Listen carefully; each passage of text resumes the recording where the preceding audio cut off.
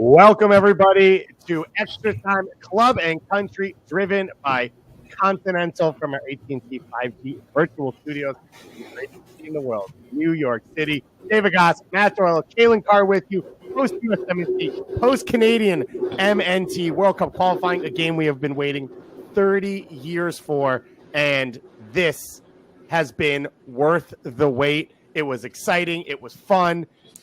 Canada. A tie was a loss 3 days ago. A tie is now a win. Get pumped up for the boys in red, although black today. It was exciting. It was fun. You guys, I just, from an overall point of view, 40,000 fans, two teams going at it toe-to-toe, so much talent. That was the first, this is my first reaction to this game, and I don't know how you guys feel, that, like, this felt real. This felt like World Cup qualifying is here. Calen? No, I mean, absolutely. When you look at the two teams, I mean, there's so much anticipation between these two teams coming through with so much exciting talent coming face to face and this kind of new era of Canada football. And in a way, it feels like you might be seeing this rivalry now back and forth for the next, I don't know, 6-8 years like this. And that's partly, I don't know if I would describe this from a U.S. fan's perspective as fun. it was pretty much anything but. I thought the first half went more in the U.S. direction, although, outside of maybe Christian's chance off the post, didn't have too many clear-cut opportunities, but had much of the possession dominated with the ball, and Canada seemed much more content to sit back. And then the second half, actually, it was really Canada was the far better team and seemed to grow stronger into the match. I thought looked much more dangerous even as the game went on. If it wasn't for Alphonso Davies going out, I think Canada would have been far more likely of the teams to come away with 3 points. But in the end, I think a 1-1 draw was a fair result. I think it was a fair result. I think Canada fought hard, came down, had quality.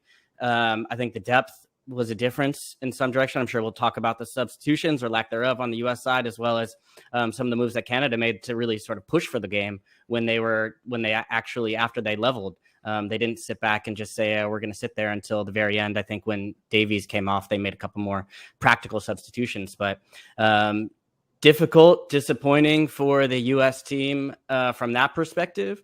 And credit to Canada because they did exactly what you do on the road, which is to make it difficult, be compact, don't give up too many chances, and then use your difference makers and special players on the break. And they seem to have more of them than the U.S. did when it came down to it. Canada has waited 30 years for this moment, right? To be in this round was 30 years, and then 25 years. And then, as Calen said, to have the players who can step up to this moment, both on the bench and in the starting lineup. Alphonso Davies, the best player probably in the region, and he made the biggest play today. And I think you could see that level of leadership as well. There was a willingness for him to say, just play through me, and Canada could kind of ride him along. Yeah, he never got rattled. And so Canada never got rattled. If your best player's out there playing like that, but it really wasn't just him. Like they deserve a lot of credit for their game plan. I thought, John Herdman did the obvious thing. He played a 5-4-1, put 10 guys, put the entire team behind the ball and said to the U.S., okay, we dare you to come up and try to break us down and take the risks that you have to take in order to break down a really well-disciplined bunker.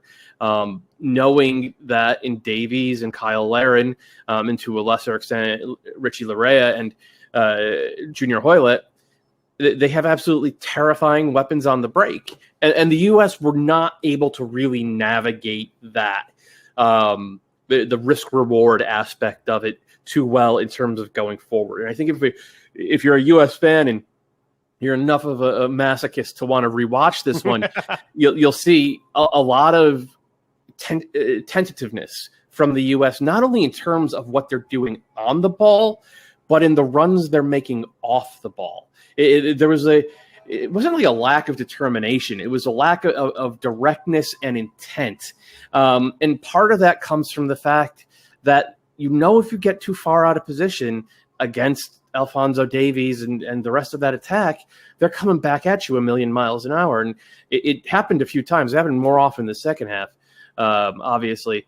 So it's tough and it's frustrating. And ultimately, 1-1 ends up being the correct result, I think.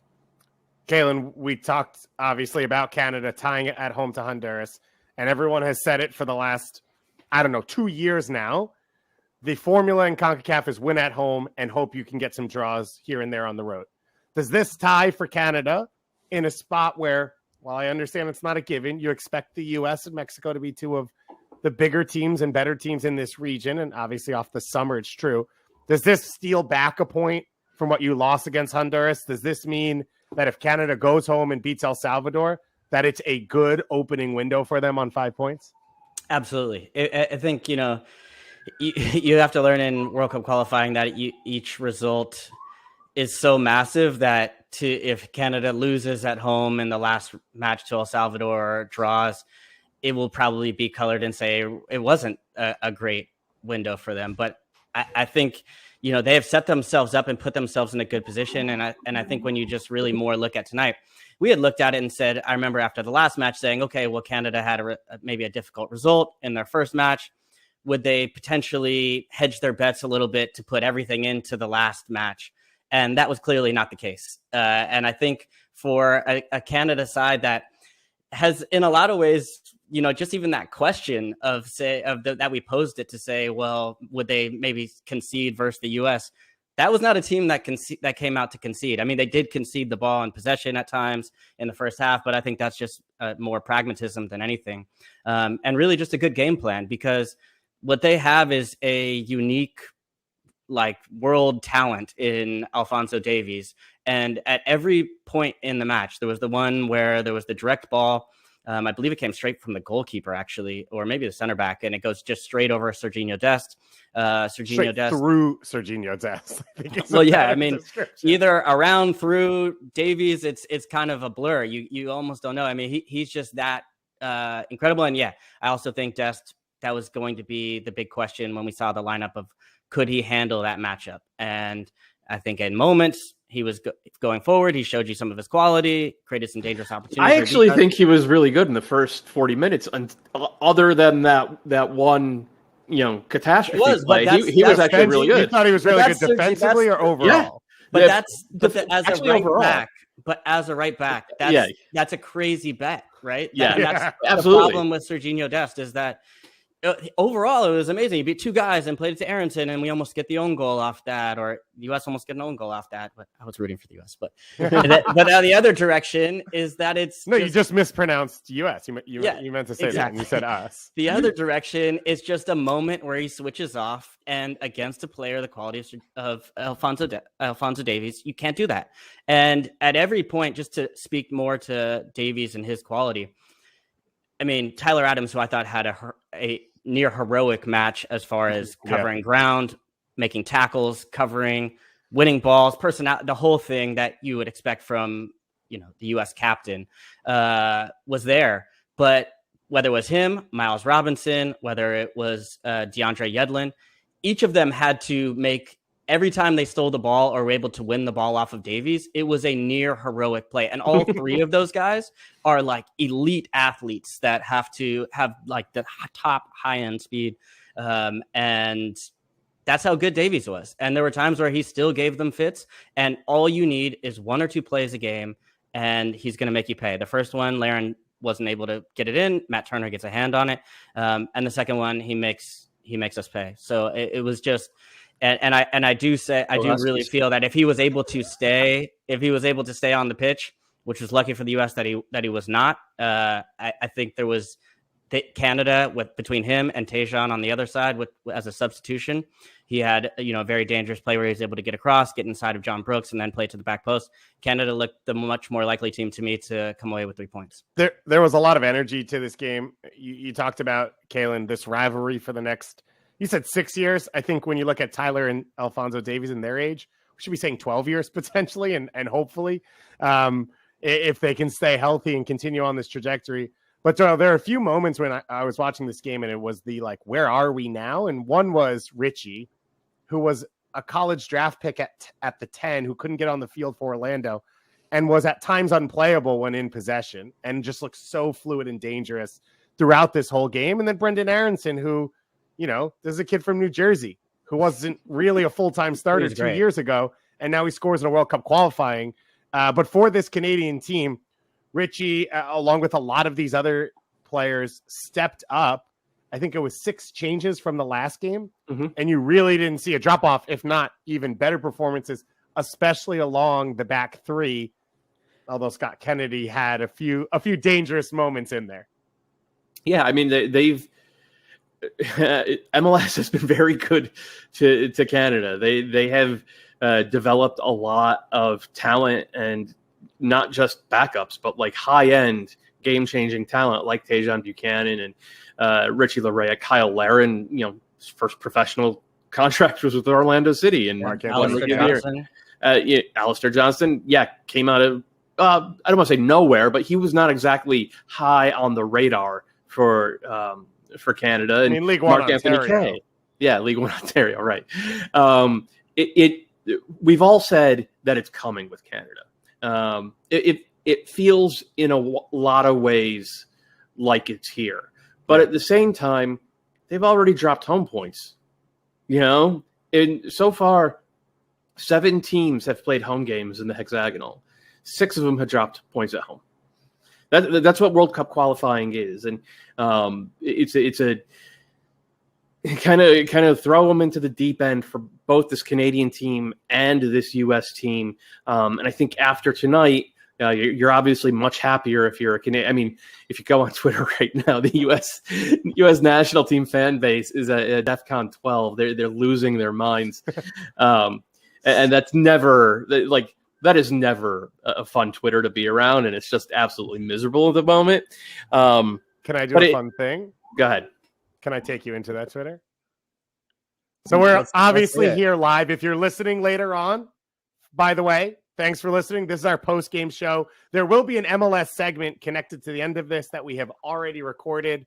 So if you're listening to the podcast, you will hear that. If you are watching live, download the show tomorrow. And then wherever you get your podcasts, I don't know, Apple, Spotify, whatever. I don't actually know where we are. You can listen to it there. Thane Griffin, though, on Twitter, Doyle says, when was the last time we, and by that he means the USA, looked confident in attack for a full game? Oh, I don't know. It's been a bit. But like this is one of the things that U.S. national team Twitter really struggles with, and that's the notion that there are 2 teams on the field. It's hard to look really dangerous in attack against a bunker. Like in this Canada team bunker, the U.S. had 72% possession. And to break that down, you have to take a ton of risks. And in order to take those, if you take those risks, then again, you're giving up counterattacking chances to Alphonso Davies. And that's tough to negotiate, especially with a young team. But there was a fundamental issue with the U.S. today. And it was the placement of Kellen Acosta and Sebastian Lletget as the number 8s, trying to either create overloads or work between the lines. And remember, on the pregame spaces, I said, I worry about Acosta as an 8 because if you put him in a position where he doesn't have to get on the ball and do stuff, he won't find the ball. He doesn't find those spaces. He doesn't put pressure on the opponents with his movement if the game's not going through him. And that's what we saw tonight. So it was constantly Tyler Adams dropping deep to get on the ball because it was either him or John Brooks doing the distribution. And then Lletget flaring out to the right side, almost outside of Canada's midfield shape to create overloads. And then Acosta sort of drifting aimlessly and sometimes not even looking for the ball, floating through midfield. And you would have runners checking, like Pulisic or sometimes Aronson, sometimes Jordy Pefok were checking back, but it wasn't in concert with anything that Acosta was doing or Lletget to sort of scramble up the Canadian midfield and make it harder to maintain that bunker. Like, you have to put pressure on a bunker from within. You can't just constantly go down the sidelines and whip in crosses. I mean, Canada was so good defensively out wide that the U.S. weren't even getting down the sidelines to whip in a cross anyway. So the U.S., because of the way it played out in that central midfield, they were never going to look competent in attack. And this has been, I think, the biggest issue during the Berhalter era is that those rotations through central midfield aren't crisp enough and aren't dangerous enough and don't stress the opposing team's tactical shape enough to create the type of flowing, we're in the zone, we're really moving the ball around at a good tempo type of attack that can, win you games 3-0, that can make you look like the far superior team. We're just not at that point yet. Now, maybe if Weston McKennie hadn't gotten himself suspended, he would have been better at that. But Weston McKennie did what he did and broke protocol, and Berhalter had to suspend him for the game. He's better at doing that exact type of thing than Kellen Acosta is. So there are mitigating circumstances here, but mitigating circumstances or not, home draw is not a great result. Calen, when you look at this attack for the U.S., it was Stu talked about patience a lot in the beginning, and I think a lot of people felt patience became, to Doyle's point, slow. Ponderousness. Yeah. It was right there for you, David. Come on. Whatever word you want to use. What do you see when you see these young players out there? Because we watch all of them with their clubs, and a lot of them have been dangerous. A lot of them play in more pressing systems or play in transition a little bit more. And then you see them out there tonight, and it just doesn't look like a cohesive group. I actually am going to take the other side. I do think the patience was a good thing in the first half. And I thought at times the U.S. was very good with the ball. I thought they moved it well. I thought they were able to get the ball into positions out wide that at least asked some questions. And then I think when the U.S. was most successful actually was around times where they were able to counterpress. And we know Canada, they're a good side. They have super dangerous weapons ahead, but I can't say that they're especially adept with the ball in the back. And if you put them under pressure, as we saw Aronson do, that created ultimately his goal. That was an example of the time where I felt like the U.S. was able to really put Canada under pressure without the ball and use that energy, use that kind of enthusiasm to create a problem. And then that's where you create the goal. I thought the U.S. actually kind of went away from that and lost a little bit of that patience in the second half with the ball, where they were able to circulate it, move it side to side, and at times tried to play a little bit more direct or play a little bit more into that Canada, the way Canada wanted to play, which was going to be a little bit more end-to-end and open. And I think that that's where the U.S. found themselves in a little bit more trouble than not. And the other thing, too, is I just felt like Canada grew with the game. And I felt that at a certain point, I felt like Brendan Aronson, who had played, you got to remember, the full from the start in El Salvador. And I didn't know how much he would have left for this game. I think he should definitely be celebrated as one of the top players for the U.S. I mean, outside of the goal, I thought his energy was important throughout the entire match, and showed sort of the range of his abilities throughout just his goal, which was to win the ball, continue it. We actually break lines through the middle of the field. Then we get that overlap where the left back's able to finally get forward. Robinson squares it across, and then he shows the final bit of his fitness to be able to get on the end of it. But I still think that that's where the U.S. is at its strength. And yeah, we want to talk about these progressions or patterns of play to get all the way up. But once it's really hard to break down a deep lying low block the way that Canada was sitting. So the best way to do it is to counter press. And I thought that's where the U.S. really did it. And then have patience when you realize they're set and in that low blocks. I thought we lost a little bit of that as the game went on. So Calen, I agree with you, but in my mind, the direct play leads to more opportunities to counter press or win second balls. And that's what was frustrating to me, was the patience after patience after patience. Was, so you want some energy drink soccer. Brendan Aronson, Tyler Adams, Christian, all of them play that way. All of them do that. And so that's where I think it felt like the U.S. is in a bit of a holding pattern between how all the talent fits and how Greg Berhalter sees the game. And maybe Greg is right in that the highest end ability of a U.S. men's national team is to perfect what he's working on.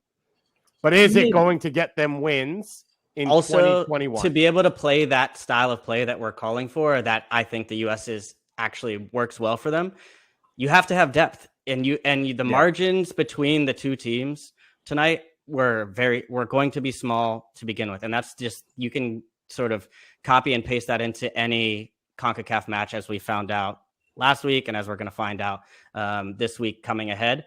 And yes, the questions are going to be brought up. It is Weston McKennie. It's incredibly disappointing. We, at the time this is coming out, we don't have any details about what happened other than U.S. Soccer put out that he broke protocol. But you can't have that. You cannot have that in a match where the margins are this tight. And then because you have bad luck as well, where it's okay, Zach Steffen, he's out. Yes, but we feel good that we have Matt Turner. And there was going to be that debate over who was the number one to begin with. You feel good about Horvath even. That's fine. But the further and further down you go, where you say, okay, well, Gio Reyna does the hamstring. That's unlucky, right? If that happens in World Cup qualifying, now we go a step down. So now Aronson has to start. How do you feel good about using your substitutions? De La Fuente, he looked good in the first one, but Greg, for whatever reason, didn't maybe have the same trust with him. And then you say, Christian, he's been off on a long layoff, unlucky due to COVID. These are things that are outside of your control. So I just can't help but feel disappointed and that question is going to continue to be asked.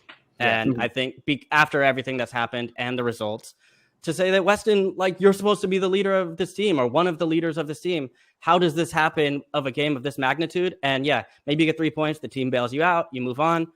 But there are mistakes that you can make. And I don't know, like I said, I don't understand what happened. I don't know what happened, but the margins just got smaller and smaller. And when you talk about the style of play you want to play, the press, the personality, and the personnel that you have available to make substitutions, I felt like it really threw everything off. So you're talking subs. We're going to get there because I think that's most of what people want to know about, as well as right backs. But I want to give you this quote from John Herdman, which is proud of the performance, but some games are there for the taking, and we had a chance to get 3. Said that this game would keep him up for a couple nights. Sam Adekugbe gave a similar quote, who said, we felt like this was an opportunity missed, that 3 points was there. Doyle, I said to you on the Twitter Spaces before the game that I felt like if it was tied in the 60-65th, that Herdman would go for 3, just seeing how the points lay out. Yeah.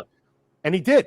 He brought on Tejan, he brought on David, and they were the closer team to winning over the last 20 minutes. Yeah, I mean, other than the Miles Robinson header right at the end, right there. Richie gets to the end line, Tejan got to the end line twice. So, yeah, you're right, but also, Sargent was in a very good spot and gets fouled. Pifog has a header that he could have just laid into Aronson's path, and he just completely, gets the wrong way on the header. So I get what they're saying, and I get why people feel that way. To me, I think the draw was probably the correct outcome, or the cosmically correct result in this one. But I do like what it indicates from Canadian soccer, just the level of confidence and the fact that they're not here just to be here. They're here to ruin people's days. And in a weird way, and I don't think I would feel like this if I was Canadian, but from the outside looking in, going down 1-0 to Honduras at home and then playing as well as they did in the second half and only coming away with a draw, it obviously hurts to drop home points, but it's not like anybody's going to be running away, other than maybe Mexico. Nobody's going to be running away at the top of the hex. It's almost a good thing for Canada because they got punched in the mouth, and they responded really, really well. And then they went on the road, and they went down again, got punched in the mouth, and they responded really, really well.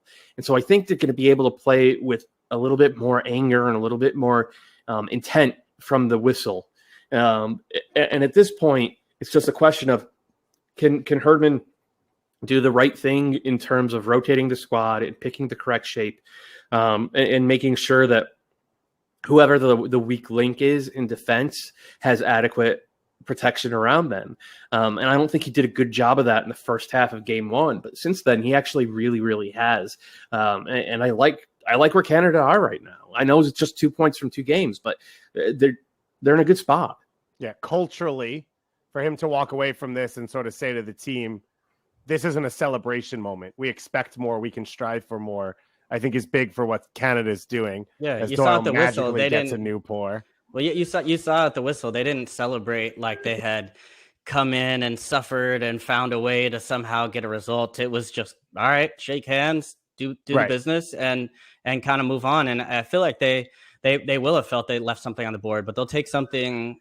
They'll definitely take some confidence from this as well. And a point. Yeah, they'll take a point. Yeah, yeah, and a road point where when you come into CONCACAF World Cup qualifying, most teams are not saying away at USA, away at Mexico, we're going to get points there. So that's something they didn't expect. When you talk about bouncing back, talk about figuring it out. One of the promising things in my mind over the last 3 months was Greg Berhalter's ability to use substitutions to change the game. In Nations League, Jordy Pefok off the bench in the semifinal, Tyler Adams when he brought him in the Nations League final, pretty much every move he made in the Nations League final. And then in the Gold Cup, he brought Giassi Zardes off the bench at the right times.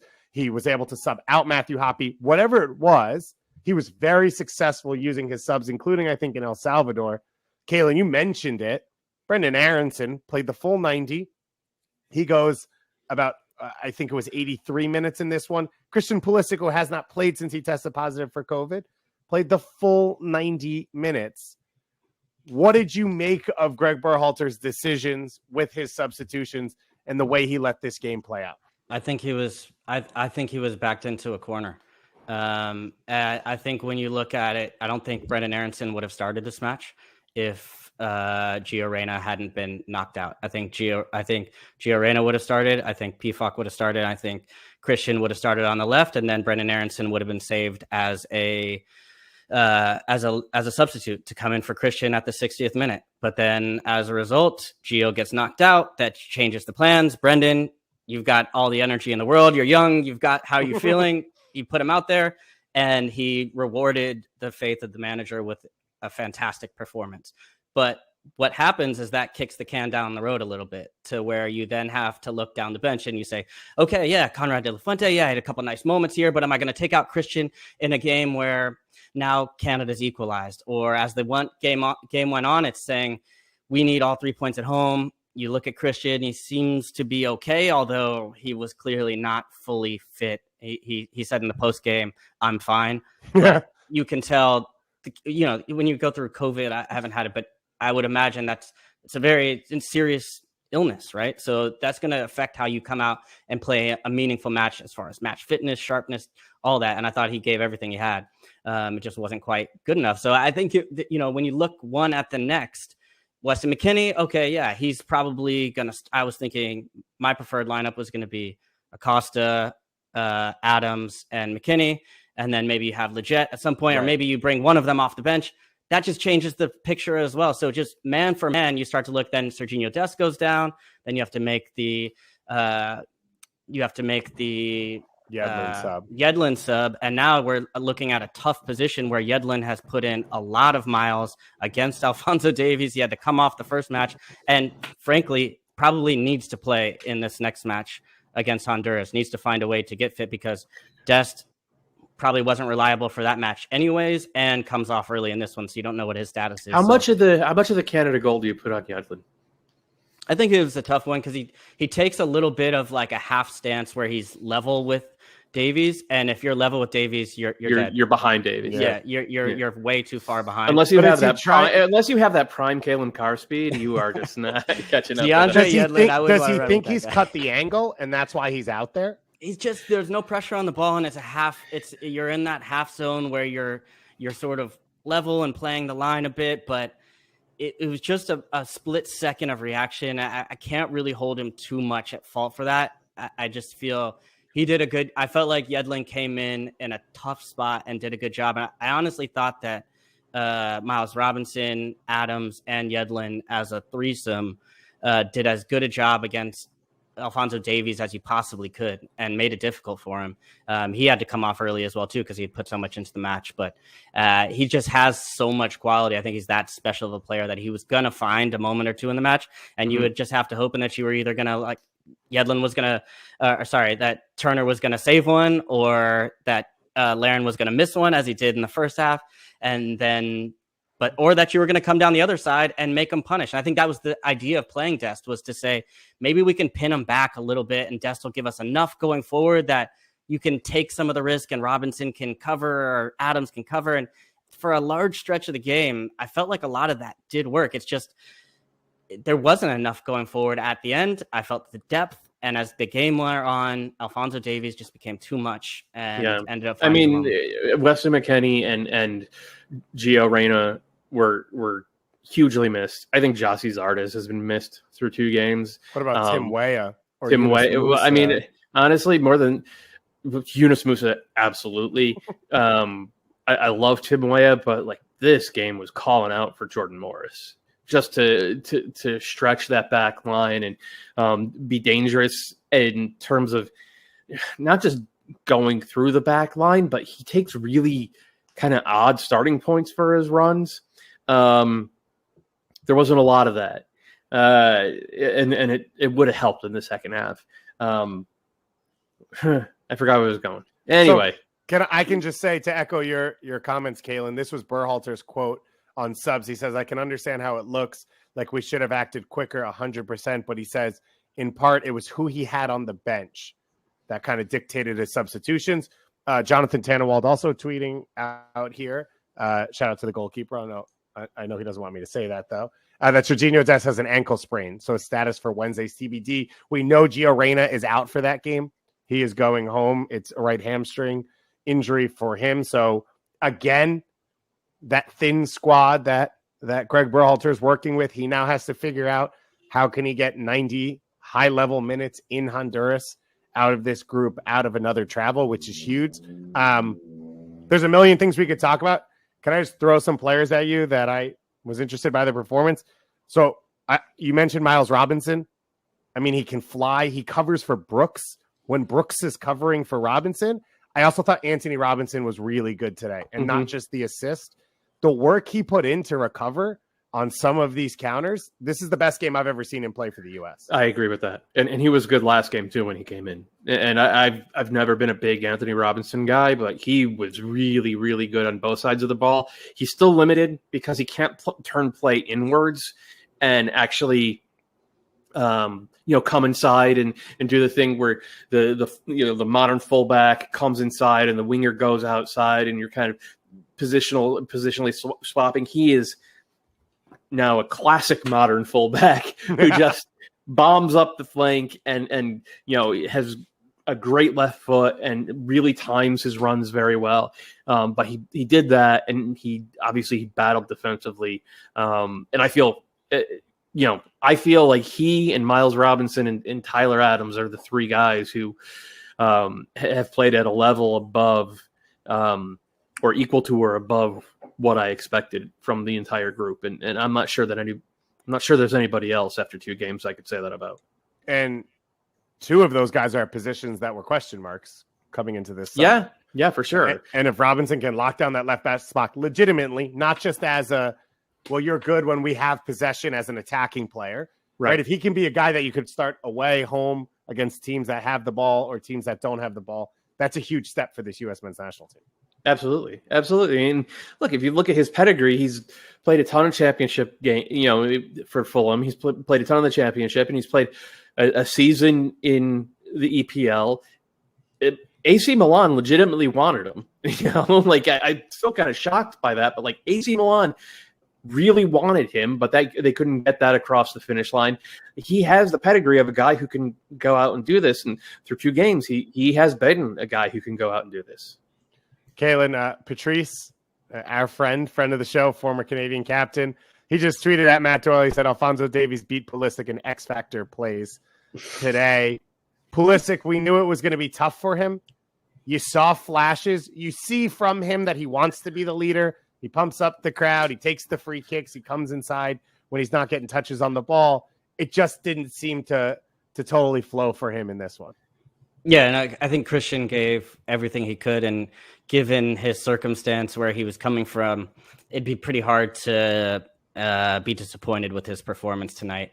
I think he's a very different player from Alphonso Davies, so it's very hard to compare the two. When you look at what Alphonso Davies does, just one man to himself. Anytime he's in any open space, he's he's a threat. Whereas Christian is a little bit different, where he needs to be in an advanced position. He often looks to use sort of movement off other people's spaces. He looks to kind of combine 1-2s, play off a striker, and then kind of do his thing in the box. And he didn't really have a partner for a lot of the match. I think there's been times where Leggett does a good job of finding him or looking for him to try and find him in space to get him 1v1 isolated, but he was never able to get in behind. I think part of that was because we've seen how and we've talked about it, how they've had that low block. That's a strength of his. That wasn't really an option for most of the match. And he looked to, pretty much also the other thing you have to say is anytime Canada got around him, they put him on his butt. They came and left a little bit of a piece in, and they said whether it was done by committee, it might have been Mark Anthony Kaye 3-4 times. It might have been even the strikers, like whoever it was, they were always looking to get a little bit. Richie Larea had the one where he got in on him pretty good, and I think it was a smiling assassin. It was the moment where Christian stands him up and kind of gives him the footwork. And Richie took issue with that. And I thought that actually spoke a little bit to some of the personality of Canada, where they really were not backing down to Christian or anybody on the team. And but yeah, I don't think you could really, if you were going to compare the two between Christian and Alphonso, no doubt would never argue with the Canadian legend, especially on a night like tonight, where Alphonso Davies was really the difference maker, or really the game breaker at a lot of points in the match. But I think it's tough to criticize Christian amongst this group right now. It's more about finding pieces. What's the piece that's going to fit with him? Is it Pefok? Is it Sargent? I didn't see any connection really between Pefok and Christian. Didn't see that throughout the match. Didn't really see a ton of interplay. Like you mentioned, Robinson, I know he got forward and had the really nice assist, but he's going to do that once or twice in a match. You're going to be happy with that. It's not going to be constant interplay or overlap, which is why I think they actually tried to go with Dest on the left side through points in the past, but that's a whole other story. So I think, we have a second live show coming up later this week just to talk about Serginho. Exactly. Yeah. No, but shout out to Patrice. He's a new version of the Jonathan Bornstein debate, very much so. But that took a really long time as well. You take a look at what the U.S. wasn't able to do, what Canada was able to do. Doyle, I think Calen just mentioned it, but Junior Hoylett, a guy who I'd written off for about a year and said, okay, the new generation's here enough.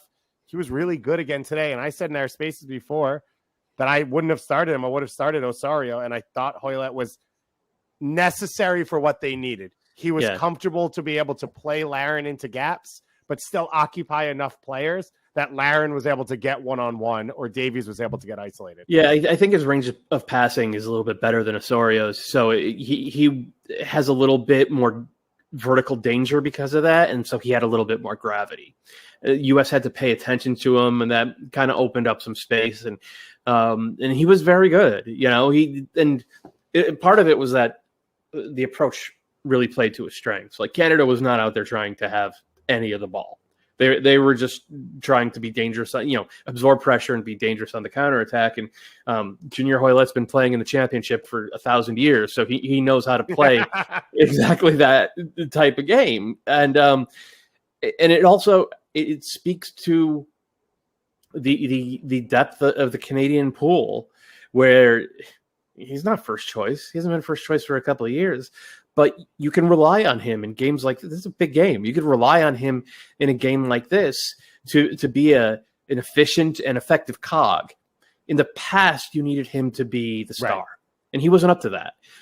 But he can definitely do this role, and he did it tonight, and he did it really effectively. And when you have guys who can fill those gaps at a good level, that allows guys like Alphonso Davies and Kyle Larin to be the stars, and so they were.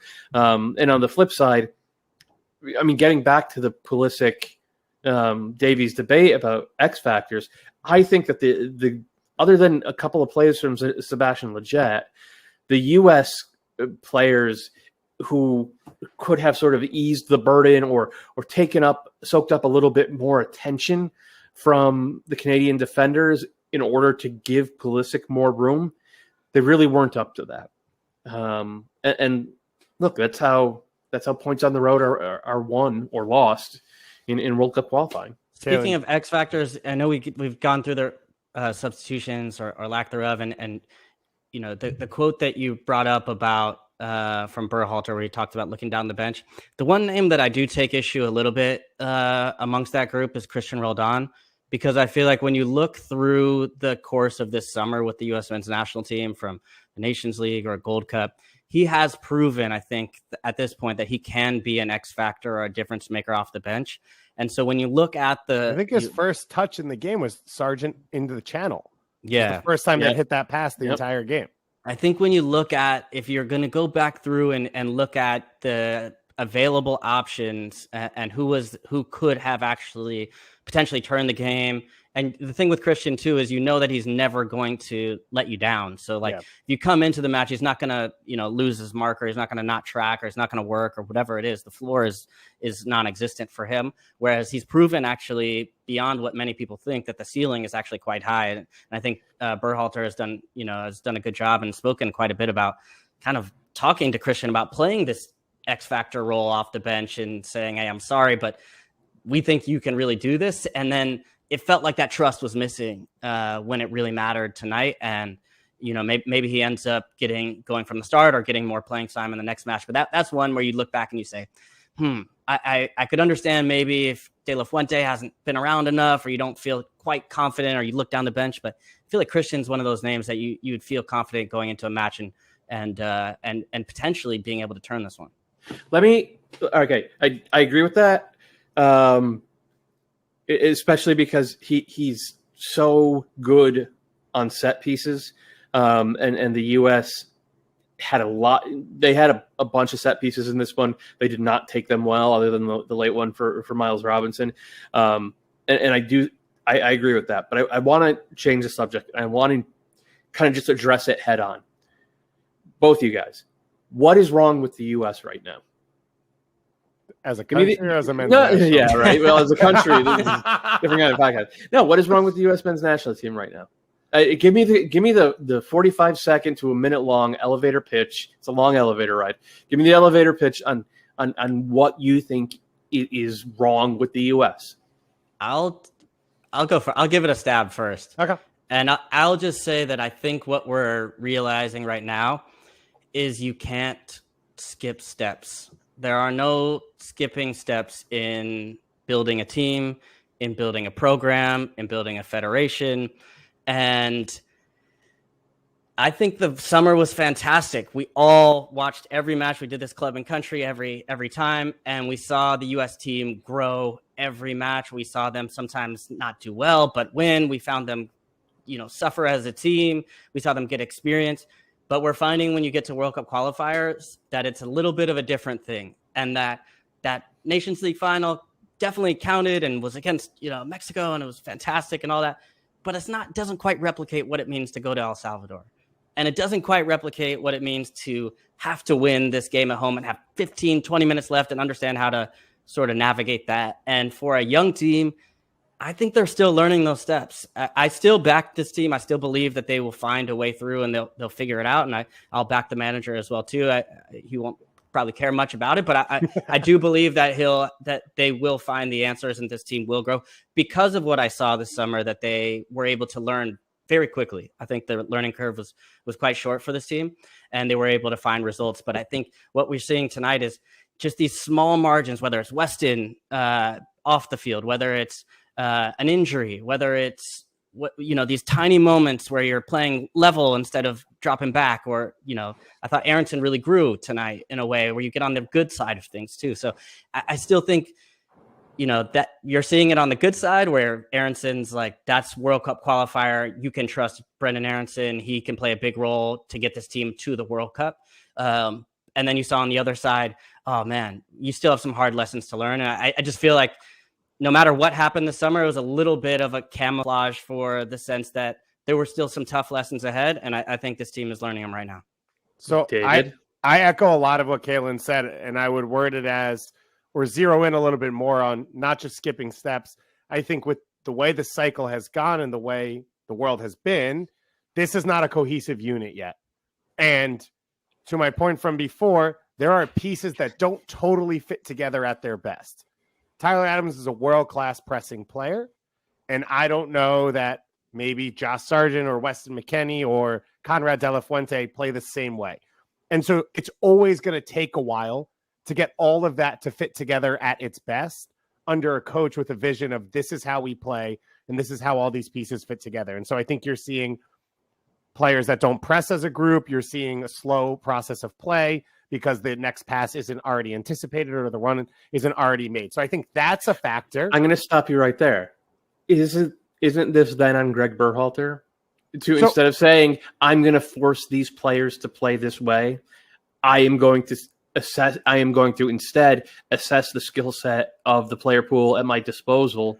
So I don't craft a game plan that gets the most out of them. Because I don't 100% think that, let's say, high pressing fits everyone in this pool. Mm-hmm. It doesn't fit John Anthony Brooks, right? Sure. It doesn't fit Serginho Dest. So that's not my problem. My problem is you had no core that other players came into. To Calen's point, you're building everything from the bottom up, and you're figuring out every player's skill set and how it all fits together. And not all these players are the same. So it's not just Greg Berhalter's philosophy to me, because whatever style you choose, you're still going to have to shoehorn pieces in because they start for Barcelona or Juventus or RB Leipzig, and they're just too good to leave off the field. That's always going to happen with this team, and I think that's going to take time. And so I think that's unavoidable. And I think you look at this, look at Canada. How many players were missing off their roster for this game at their top? One, maybe two. Tejan off the bench, but even still, he's available and was able to come in and make and the difference between Larea and Tejan is not huge. It's not there. I would still take Larea, but anyway. And it's monumental what the U.S. has done in terms of depth that they've built. They were missing 6 or 7 pieces coming into this camp, taking away that Stefan's unavailable and Pulisic was unavailable and Weston now is unavailable and Dest is hurt and Gio is hurt. Like if you look at my depth chart that I have, there is a number of players that would have been on the field today that were injured. And then the guy that would have filled in for them was also injured. So to Calen's point, I'm not jumping off the boat yet. Don't think this has been the right way that this has gone about. The goal is to qualify. I don't care if it's in first, second, third, or an intercontinental playoff.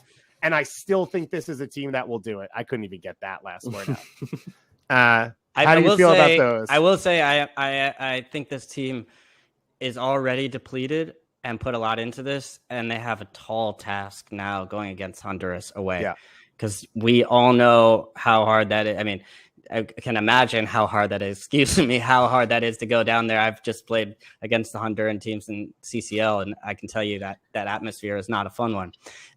So I just think when you look at what's ahead and who's available and how much mileage has been put on the legs, and I think what we learned tonight, which is maybe that the manager doesn't feel super confident with the amount of depth or the quality of the depth. I think that's a worrying sign for a team that already has its back up against the wall, going away in the last leg of the last game of this window right now. So that makes me nervous right now. I think I would not be at all surprised if we saw a 5-4-1. Yeah, I mean, the way Berhalter has played it before, it's more of a 3-4-2-1. But I would not be surprised if the U.S. came out in this game with a 5-man back line and a little bit lower line of confrontation and dared Honduras to carry a little bit of the game and then tried to hit on the break. And I know we haven't seen that a lot from the U.S. under Berhalter, but he did it against Mexico. And he's done it in big games in the past in MLS for the Crew. Like he countered Tata's Atlanta United to death he countered them to a scoreless draw in 2017, and he beat Jesse Marsh's Red Bulls by playing kind of a deep block and countering in 2015 in the playoffs. So he's done it before. It might make sense with this group given the attrition rate and what must be some heavy legs for key players. So would it be Brooks, Sands, and Zimmerman as your three? I mean, I guess it's almost impossible to take Miles Robinson out at this point, but he's logged so many minutes since mid-July. So many minutes. I don't think Robinson can come out of the team. I also think it's dangerous to send that message of to sit back. I think that's not really doesn't really suit the personality of this team, doesn't suit the personality of this group. I think they'll be disappointed with their performance tonight. I think they'll take a more aggressive slant in Honduras. I think they'll try to put them under. It just seems like everything that they, from all of the communication you hear coming out of it from the players, even Christian talking about trying to be on the front foot after the match. Just feel like that suits the personality more of this team. I think it would be a big risk to go on the road, even if you have heavy legs. I understand sort of the logic behind that. 3 in the back really is just the only reason I would consider that situation is if you really want to play Serginho Dest. And I just think we've learned enough now. And I know this is trying not to turn into a Serginho Dest podcast, but it can be. It's literally half the YouTube comments right now. Well, I mean, like every podcast I hear right now is, focusing on him too, because it's such a complicated, he's such a frustrating, talented enigma for us right now. And I feel like we've almost learned at this point now that I think there's enough data out to say he almost can't play in a 4 in the back. We've tried him on the left. It doesn't work. We've tried him on the right. It doesn't really work. Whereas the 3 center back system might protect him a little bit more. And if he is healthy, if he is available, and, if you do feel like he's going to give you enough, then do you put him back in and play 3 in the back to protect him? And that might be the only reason, but I think it's more, you would almost play 3 in the back more as an attacking formation than one because you're concerned about Honduras or you want to get behind the ball or play in a lower block or mid block or anything like that. So I think they need to come out and be aggressive, try and get under Honduras and get off to a good start. I don't think this team has always left it late. It's been a problem with the U.S. team for even throughout the summer. And so getting goals early or creating opportunities early, there you still think about that missed chance for Miles Robinson in El Salvador, even if it's a set piece, just trying to put pressure, get fouls, get around. Even the fouls that Canada gave up tonight, they were smart to do it not within striking range. I don't know how many times Stu Holden on the broadcast said it's a little too far to shoot. It's a little far. And every time somebody on the U.S. came up. But credit to Canada because they were smart to not give up fouls right in and around the box. They were physical, but their line of confrontation was just they were in a low block, but their line of confrontation was a little bit higher to not concede dangerous opportunities right around the box. They were really well drilled on that. So. Okay, so Calen, you're not going 5. There's questions people have, and I think it's always going to start at the front and come back. Do you think Josh Sargent starts down in Honduras?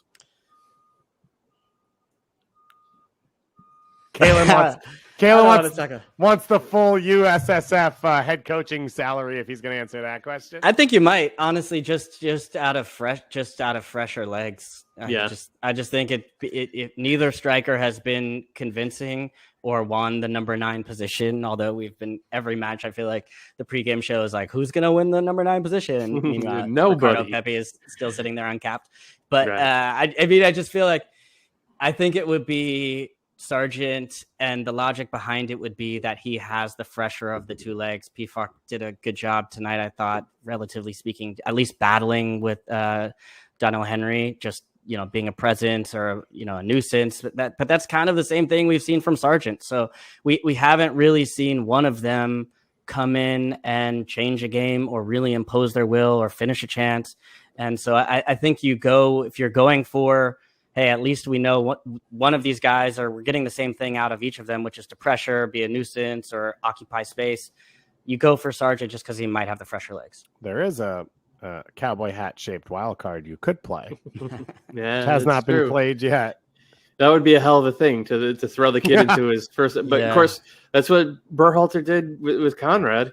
Or his Conrad's second cap was on the road at El Salvador. I think it would have made better sense tonight off the bench. Yeah. Maybe instead of Sargent, just where you're at home, it's a quote unquote must win. You're searching for 3 points, throw caution to the wind. You put in the uncapped, teenager. So Calen's approach to the road game in Honduras is YOLO.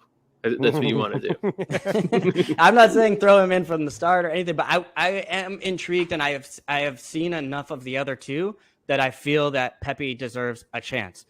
That might take the form of a substitute appearance, but I don't understand what what the risk is at this point of putting him in. He's in good form. He's scoring goals for his club. He's playing week in, week out. He's one of the hottest strikers in the domestic league, and he's just kind of got that personality. I don't think he would be overawed by. I don't think you have to protect him, or it would sort of expose him in ways. I think he would be.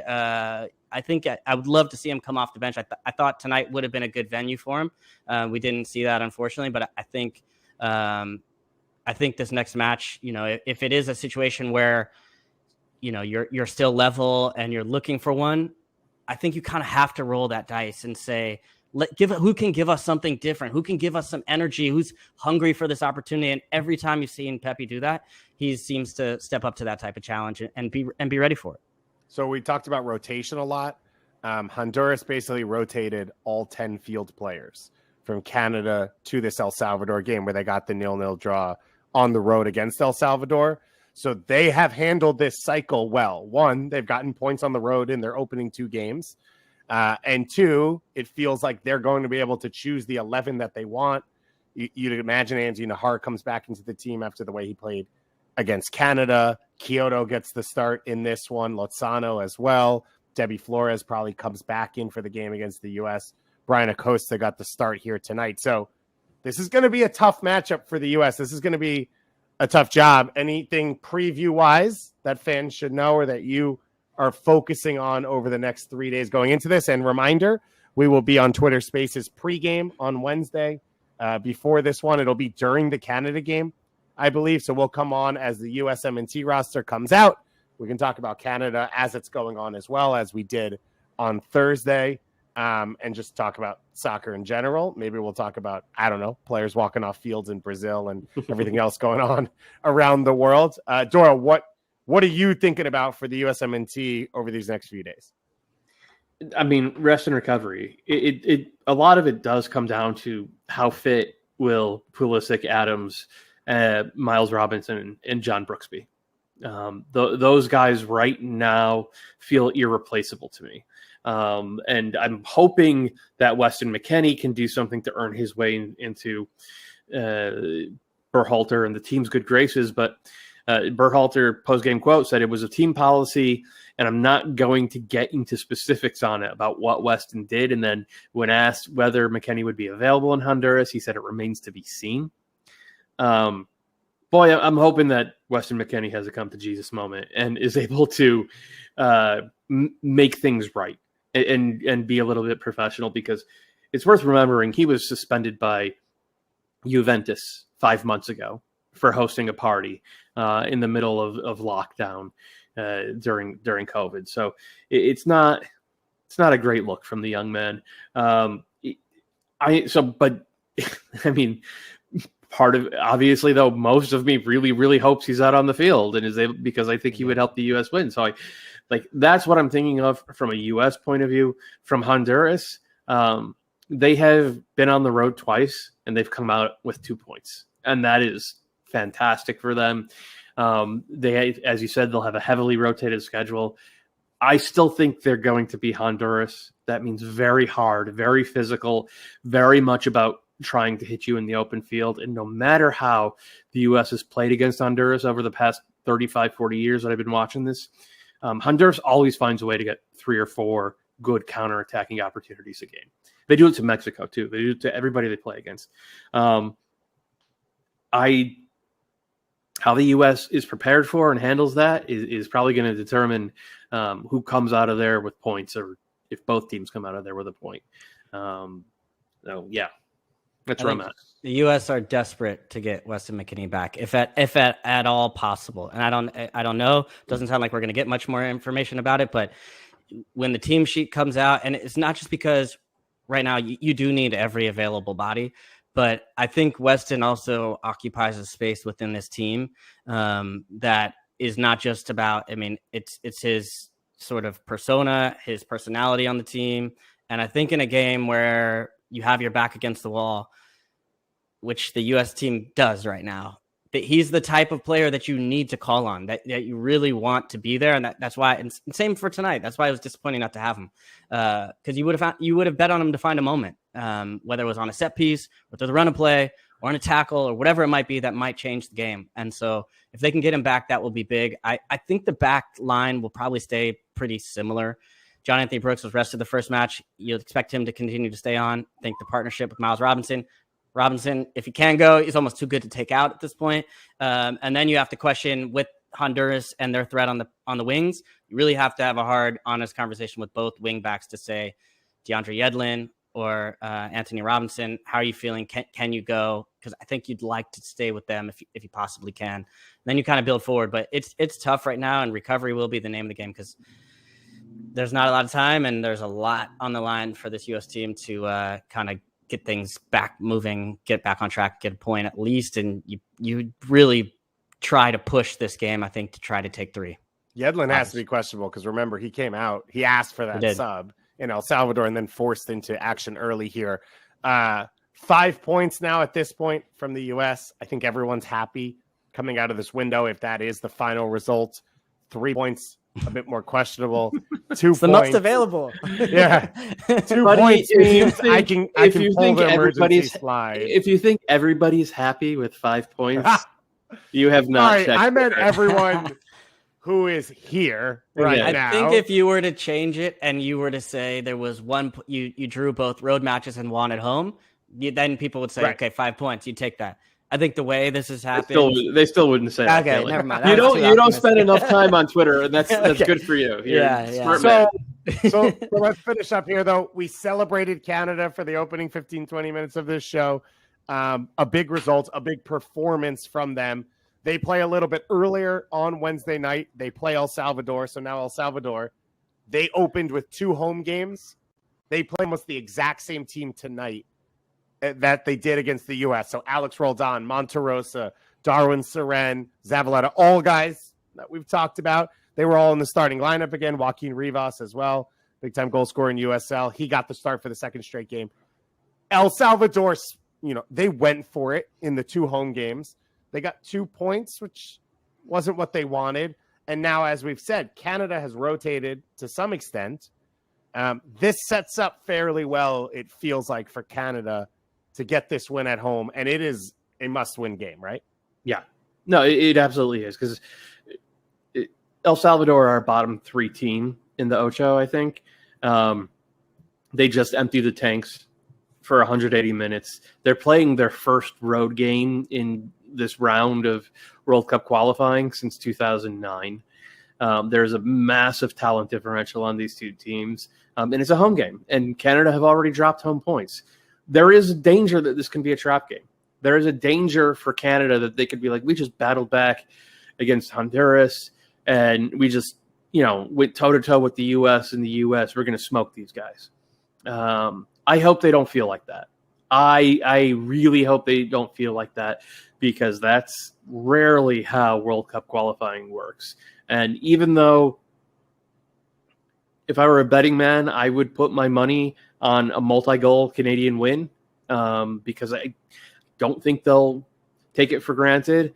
There is a danger here that they take it for granted, but just in terms of how it should play out, I would expect a return to more of a 3-5-2 with David and Laren up top. Maybe Alphonso Davies at left wing back, though. Maybe, given he had to come off with a little knock, maybe he doesn't even start. Yeah. And you roll with that for 60 minutes and see where you are, and then kind of reassess. If they need to go for it, they can go for it. If they don't, then they don't have to. But this is a big game for Canada on Wednesday, because if they don't take full points here, then they're actually in a little bit of trouble.